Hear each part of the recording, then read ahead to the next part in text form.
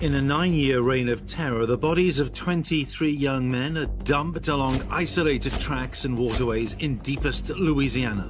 He would cruise, go to areas where street people, hustlers would frequent. Just the number of victims is the hardest thing. When a suspect emerges, he's far from the image of a violent man. This is the serial killer you've never heard of. There was really nothing we overlooked that would have identified him as a suspect. As the list of victims grows ever longer, detectives face a race against time to stop a killer in his tracks. What would it take to prove?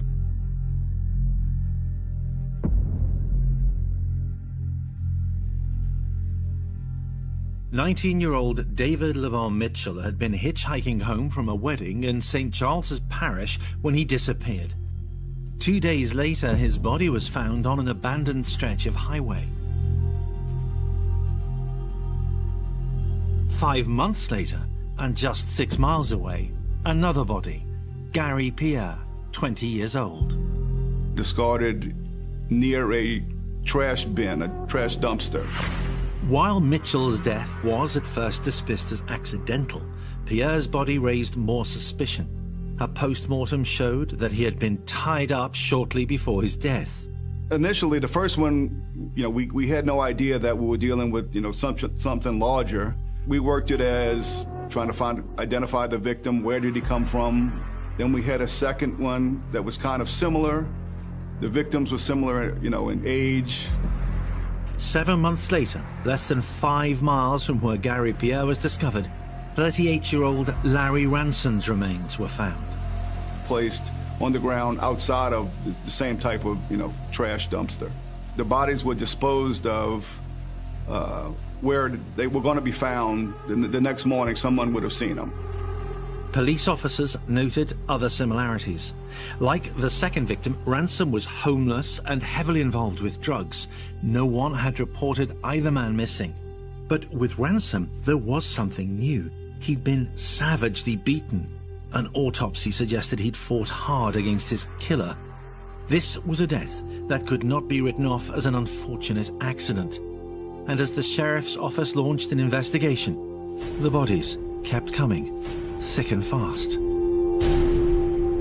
All were found abandoned on industrial sites or wasteland in Jefferson Parish, an hour's drive or so from the first set of victims. Some of the bodies showed signs of sexual assault. They had been bound or restrained, with asphyxiation the most likely cause of death. The physical evidence, the hair fibers or anything like that, that stuff was all collected during autopsy and on the scene. We knew we had, several DNA profiles developed, from the Jefferson Parish cases. Mitochondrial DNA, which is hair, you can get it off of there, and then the nuclear DNA, which is, seminal fluid off of one of the victims here in the city of Kenner. But he wasn't in the system. At first, there was little uproar in the semi-rural communities where the victims' remains were found. He killed people who were marginalized. He killed people who lived a high-risk lifestyle and didn't necessarily garner a lot of sympathy from people outside their family. But as homicide investigations sought out links between the deceased men, local journalists were also beginning to look for patterns, like Homer native Dee Thurston. He seemed to like black men, slight black men. They, not big brawny guys, but lean. Most were homeless or down on their luck. They had criminal records, or they were addicted to drugs. Basically, invisible people, the ones that you drive by and you look at and you give no second thought. These were guys who had their own way to get around. They're walking at between 10 and 2 in the morning. They're getting in a truck with some stranger. Detectives were also struck by a curious similarity between the victims' remains. Despite the youth and stature of the murdered men, autopsy reports suggested most had been killed without much of a fight. no defensive wounds or no evidence of a big struggle. Because some of these people were decent-sized men, even though they were young at age, they were pretty much tall and big in stature, some of them. Profilers theorized that the perpetrator was a large, strong man, someone with the menace or power to subdue his victims. They had no idea the prime suspect who would one day emerge bore no resemblance to this mythical killer. Misfit Ronald Dominique attracted little attention as he lived quietly amongst the communities that he terrorized. Well, we found out basically that he was a loner. He lived in a trailer on his sister's property. And going back, we found out that, in high school, didn't really have any friends. Lawyer Richard C. Gawley would become well acquainted with the character and background of Ronald Dominique. When we go investigate people, we go back and try to find out people that knew him when he was growing up, teachers, people he worked for, whoever he may have come in contact with. And we found with Dominique really didn't have any long-lasting friends, teachers that really took to him. He came from an impoverished background. His parents were poor. Lower income, lived in a trailer in Bayou Blue, just regular, everyday working folk. He was of low intellect. He didn't have a good education. He grew up in Lafourche Parish. He went to Thibodaux High School. He was not a popular guy. My understanding is that he didn't come to terms with his homosexuality until late in his teens. I'm told that he was bullied, so high school was rough for him. Bullying and confusion about his sexual identity was only a part of Dominique's story. His family history was traumatic. Dominique's father suspected his mother of having an affair. So the father gathered up Dominique and his sister and drove them to the mother's brother's house. And they burst in and found the mother and her brother in bed together, obviously having sexual relationships. Investigators would one day hear that despite their complex relationship, after graduating from high school in 1983, Dominique continued to rely on his mother for support. He always lived with either his mom or his older sister. He didn't amount to much of anything other than he worked in some kind of labor-intensive menial job, working in a supply business. He had a bad attitude. He felt that he was inferior. Couldn't get a girlfriend or boyfriend. He was kind of a little overweight. He was just really aimless life. No friends, no one to be in love with or to love him. Eventually, Ronald Dominique grew confident enough to acknowledge his sexuality. According to Dee Dee Thurston, who has acquaintances in common with Dom, not altogether welcomed.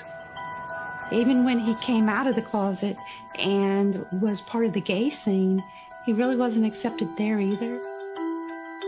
He was short and obese, sickly, non-threatening, shy, or at least standoffish, tend to complain some about his situation, whether it be his surroundings or the food that he's given, that sort of thing. Totally non-threatening.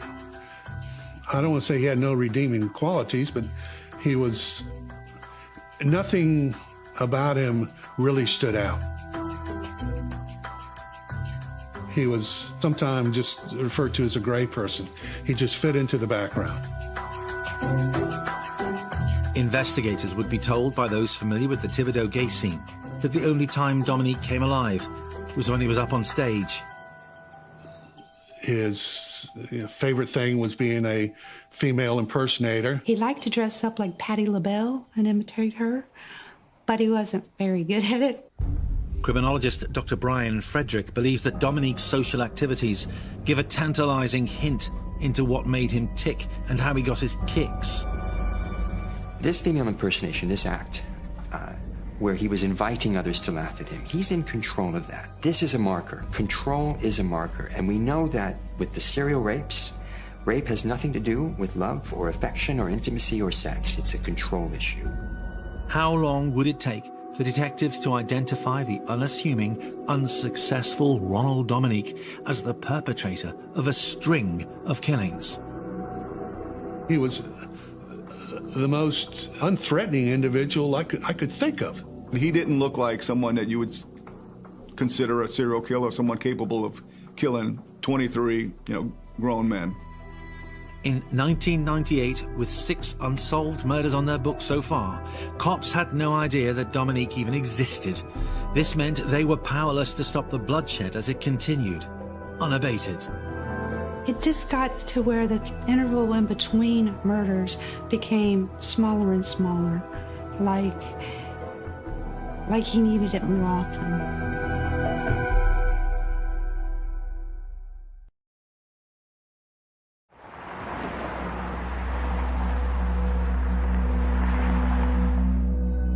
In the summer of 1999, the bodies of Manuel Reed, Angel Meja, and Mitchell Johnson were all found in and around Kenner, the main city in Jefferson Parish.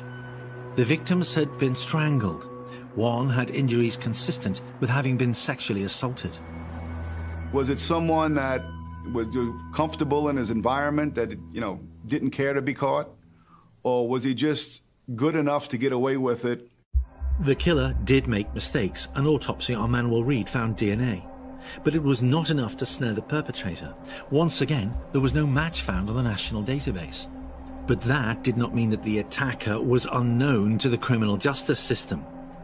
Detectives would one day discover a troubling record of violent crime and a possible motive behind the murders.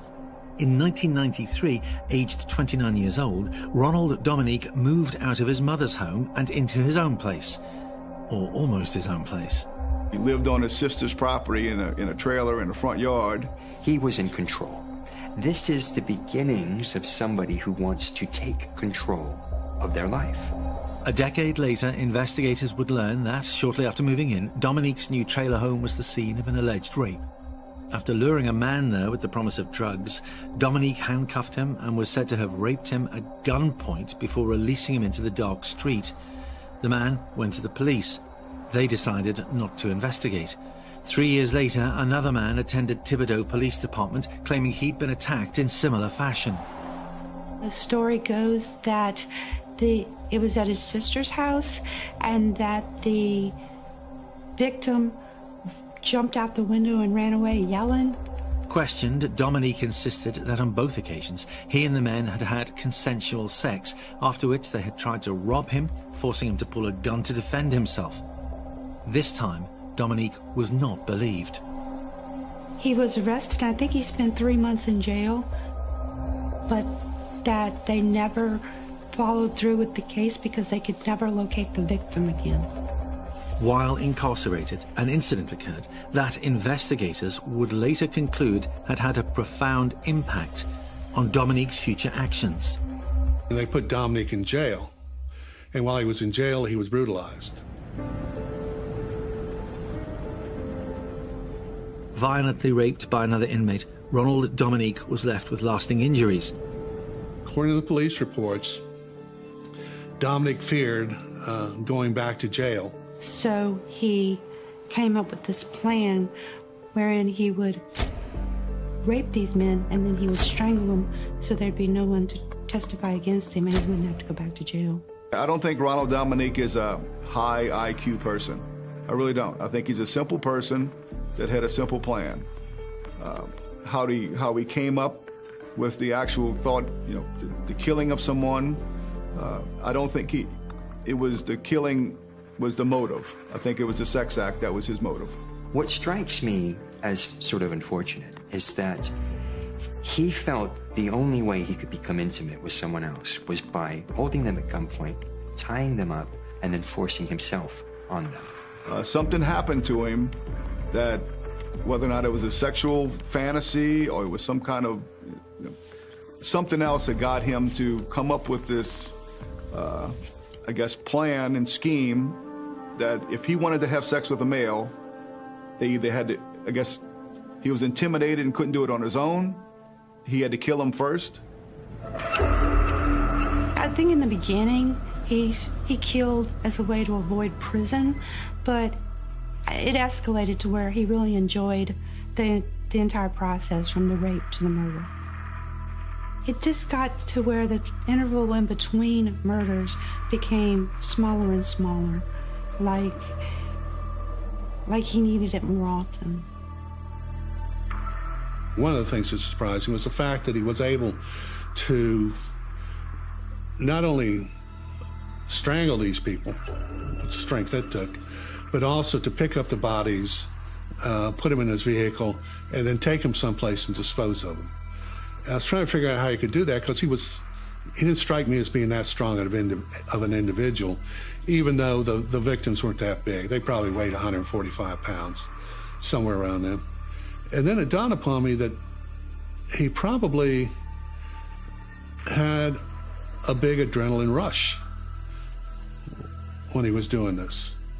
And that may have had some play in why he did it and why he was able to move bodies around and that sort of thing. At the turn of the millennium, having been responsible for the deaths of 9 innocent men, Ronald Dominique was still flying below the radar of law enforcement in southern Louisiana. And as the community got back to work after the winter holidays, another victim was discovered. It seemed like every time we turned around, there was another body. 23-year-old Michael Vincent had been dumped on a barbed wire fence. He had rope marks on his wrists. So far, so familiar, but with Vincent there was something new. While the first 9 bodies had been found in the parishes neighboring the city of New Orleans, Jefferson and St. Charles, Vincent was discovered 40 miles south in La Fourche. We kind of thought of these as 2 different series of homicides.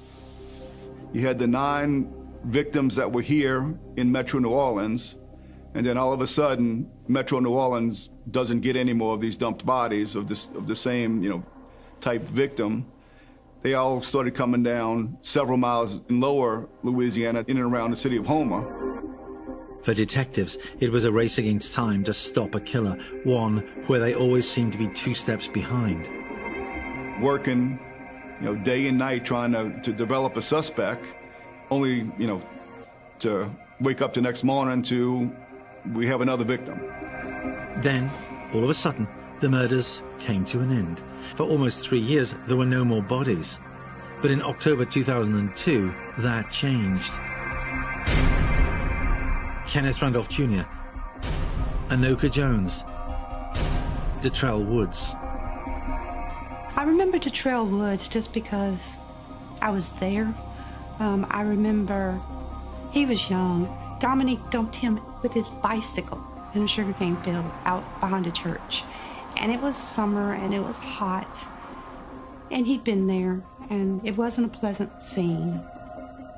I remember going to his house and talking to his parents after he was found. And there was a lot of family there and a lot of heartache. 18 months passed before another flurry of disturbing deaths. Larry Matthews, Michael Barnett, Leon Norette. All men who were down on their luck killed and their bodies disposed of along the bayous of sprawling Terrebonne Parish over a 6-month period. Still no suspects, and the rate of murders picked up the pace.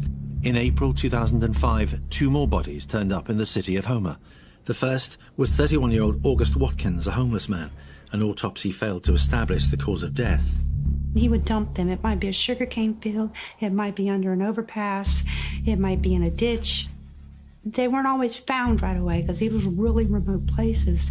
In South Louisiana, in the summertime, in the heat, and the daily rains, it would degrade a body, it would degrade a dump site pretty quickly. So there wasn't always DNA to find. I know that in one case, he dumped a body in an unused mini storage. He closed the door, and it was days before they found that one. It was a very nasty crime scene by the time they did find it. So there was no DNA there. No gunshot wounds. They were all, strangled, some form. Days later, Kurt Michael Cunningham, 23 years old and one of 9 siblings, was discovered dead, restrained and strangled. Law enforcement realized they needed to act with urgency to prevent further tragedy. Well, we formalized the task force in May of 2005. We had the Attorney General's office, the Louisiana State Police Crime Lab, probation and parole working it. With 18 unsolved murders, investigators had to work out what was relevant and what were red herrings in the evidence that they had. The media were talking about some were found with missing a shoe, and they were trying to say that that was the trophy that this killer was keeping, was a shoe. We think he just didn't finish dressing them. But that's what first caused us to link some things together. They were found without shoes, and a lot of them were found without shoes. At the Homer Police Department, a special incident room was set up to focus on catching a serial killer. From 1998 to 2005, we had the 9 here in Metro New Orleans, and then the ones coming up in Lafourche and Terrebonne. So we probably had somewhere around 19, and it was full, 8.5 by 11 printouts of the mugshot of a person's head. And every time we would find one, another victim would go on. Within 6 weeks of the task force launching their investigation, another body had been found, 34-year-old Alonzo Hogan. It was overwhelming at the time. We would get working, leads and people calling in, giving us some kind of tip. We're trying to find a certain type of descriptive, a male, white guys, black guys of different ages. Progress was agonizingly slow. That was the frustrating part that was, kind of early on and kind of still over, just the number of victims.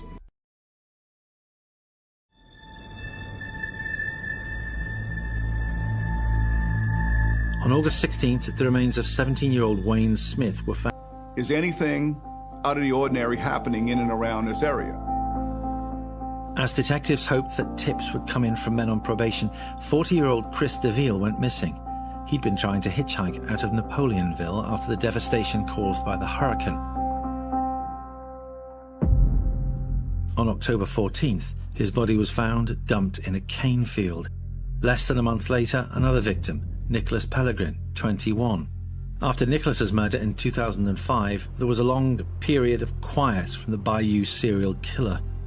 Cops wondered if he had simply stopped killing, or perhaps his modus operandi had changed. Maybe he had begun hiding the bodies of his victims rather than leaving them out in the open. How many more went unreported, went undiscovered? How many more are buried somewhere, discarded perhaps in a more organized way in the bayou? We know that Katrina was so destructive that there were bodies lying around the bayou. It wouldn't have been uncommon to come across a body that was exposed to the elements. In October that year, 27-year-old Thibodaux resident Christopher Sutterfield was found dead. He'd been beaten and strangled. Weeks later, a breakthrough in the investigation. In November 2006, a man called Ricky Wallace, living in East Homer, southwest of New Orleans, visited his probation officer with a story. The story was that a white guy in a pickup truck that approached him while he was walking down the street said he, had a family member that was a victim of abuse, showed a picture of, we later learned that it was a family member of the perpetrator he was using, and lured him in where she'll pay you for sex. She's a domestic violence victim. She's afraid of men. As a matter of fact, I believe it was his niece's photograph that he used to entice some of the men to come to his place. That was the photograph he used to say, look, my wife wants to have sex with you. Here's what she looks like. The person that told us this story actually got into the pickup truck with the perpetrator, actually let him bring him to a trailer. And once he got into the truck. And he said, there's no way I'm going to do that.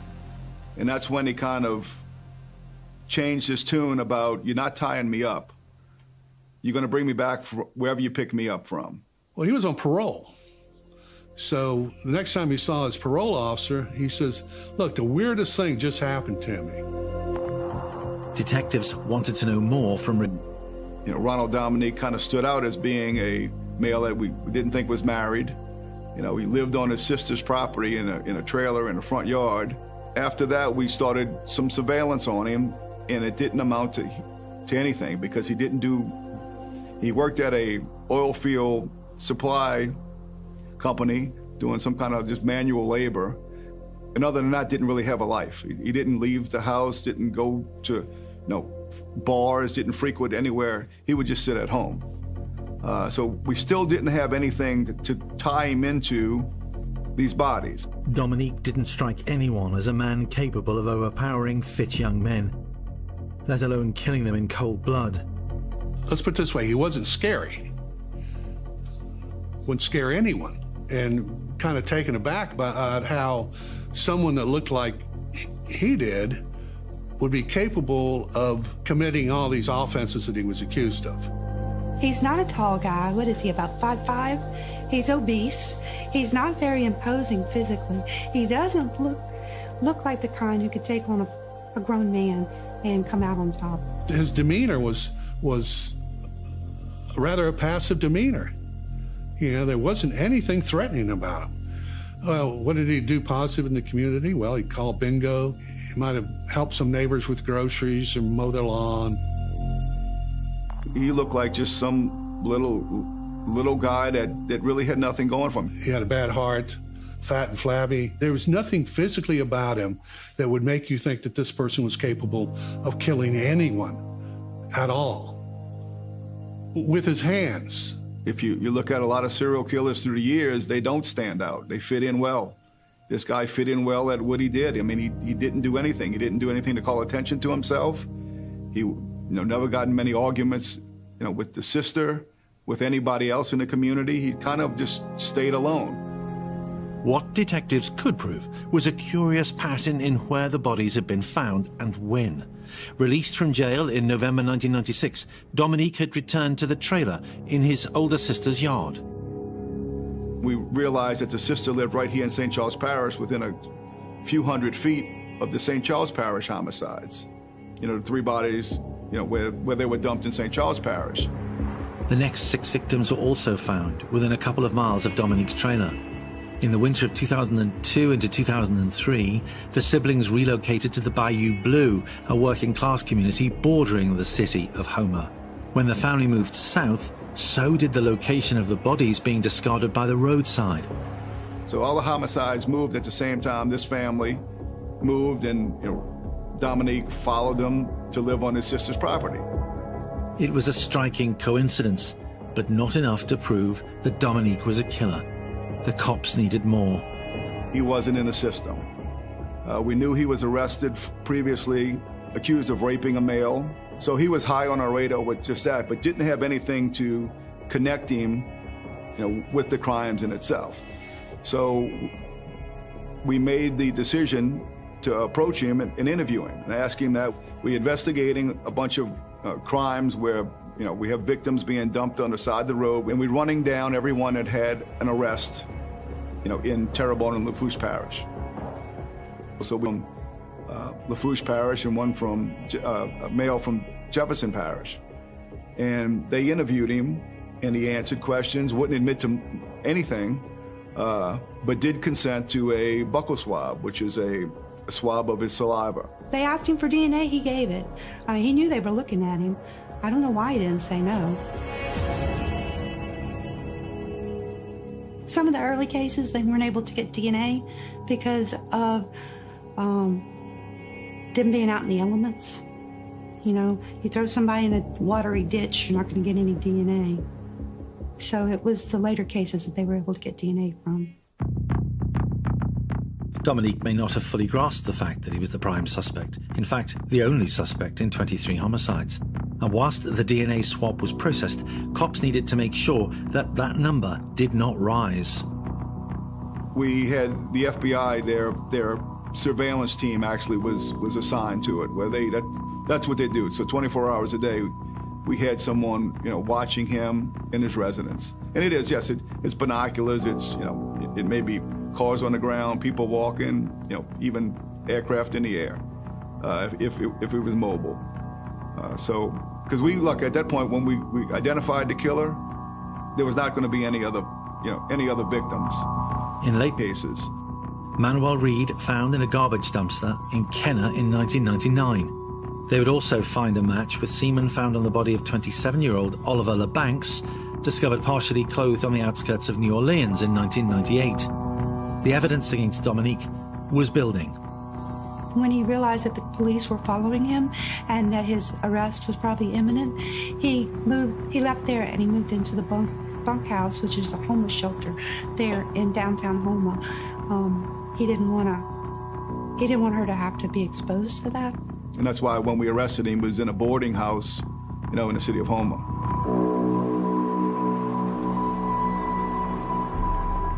What would a suspected serial killer say when confronted with hard evidence? He would pick people up on Bourbon Street near the gay bar. He would see them riding their bicycle down the road. He would just go out between 10 and 2, and whoever he came across, if they got in the truck.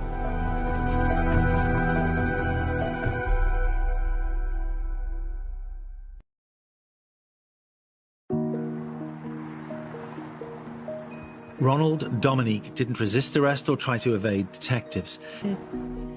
He killed Sutterfield, according to the police. He was able to subdue, tie up, and rape a full-grown man, and then drag his body to where he dumped it. Then when he was arrested, he has a cane and he can't even walk upright. He's having to be helped into the car by 2 officers. But any doubts in officers' minds evaporated as soon as the man in their custody sat down in an interview room. Well, they had Ronald Dominique in interrogation, and I just remember that it was like the floodgates open. He just kept talking and talking and talking. He didn't seem to be holding anything back. And he provided details of all these murders. Early on, when his initial encounters, I really think, weren't going to result in a killing, unless something in his conversation, his interaction with some of these people, he felt uncomfortable. The first victim, Dominique's victim, which was an individual he picked up in the French Quarter for the purposes of having sex. They went to a remote area, had sex, but the victim was apparently pretty rough on Ronald, and Ronald complained about it, and the guy still kept on doing so. Ronald struck him in the head with a tire iron. Once he knocked him out, realized that he doesn't have to deal with this pressure or problem anymore. And then I think he strangled him.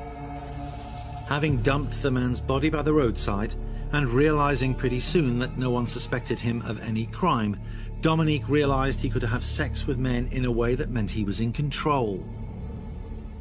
The early victims he would meet in an automobile. The crime was committed in an automobile. He would strangle him with either seatbelt. Power, again, control, but such low self-esteem to think that the only way he could be close to someone was through this mechanism. He would cruise, go to areas where street people, hustlers would frequent. Stop, talk to them, make a determination. If they said yes, they'd say, come on, get in. He would drive them to his trailer, and he would say, well, look,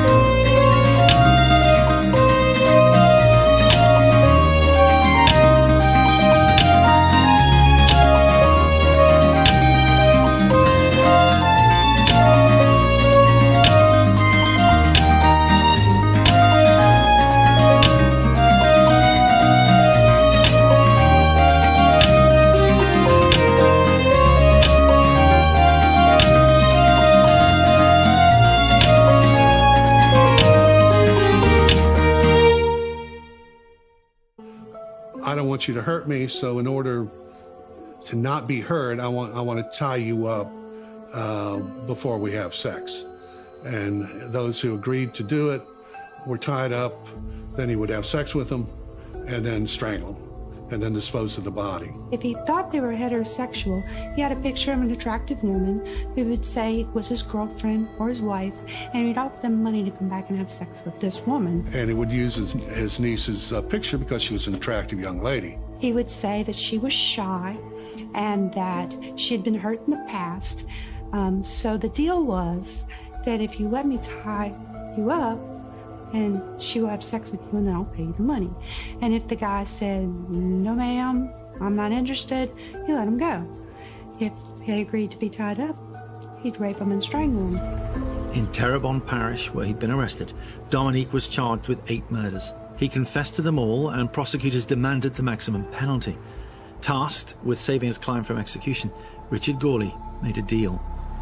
We discussed the ins and outs of the case and came to the realization that trying 8 capital cases in that parish alone would be burdensome, not only on the parish's finances, but also on the families of the victims. It would be decades before this would be over. The families would have to go through the trial over and over. They would have to hear all these horrendous details of what happened to their loved ones. And they were not about hearing those gory details. The victims' families agreed to allow Dominique to take a plea. He pleaded guilty to avoid a trial, to avoid the death penalty. Ronald Dominique was sentenced to life in prison without parole for each of the 8 murders. I mean, 8 consecutive life sentences, that's one after the other. That's what you give a cat. There's no need to waste the resources, to prosecute him anywhere else. We just have open warrants for him if he ever does, try to get out. Each of them had a family that loved him and cared about him. These were people that were hurting, in spite of the fact that their loved ones might have been homeless and street hustlers or whatever. They still loved him. And they were angry at what happened. This is a serial killer you've never heard of. He was prolific. He got away with it for 10 years. And nobody knows who he is. These were somebody's children, and they were raped and dumped in mini storages and sugarcane fields and under overpasses. They deserve better. As Dominique lives out the rest of his days behind bars, investigators reflect on what finally brought a prolific serial killer to justice. His biggest mistake was leaving a potential victim alive to tell the tale.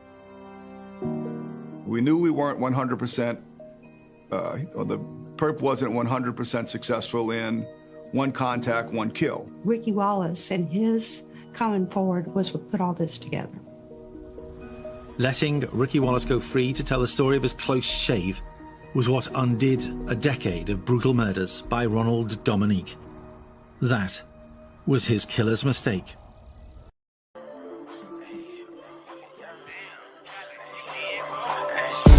Nigga from the 9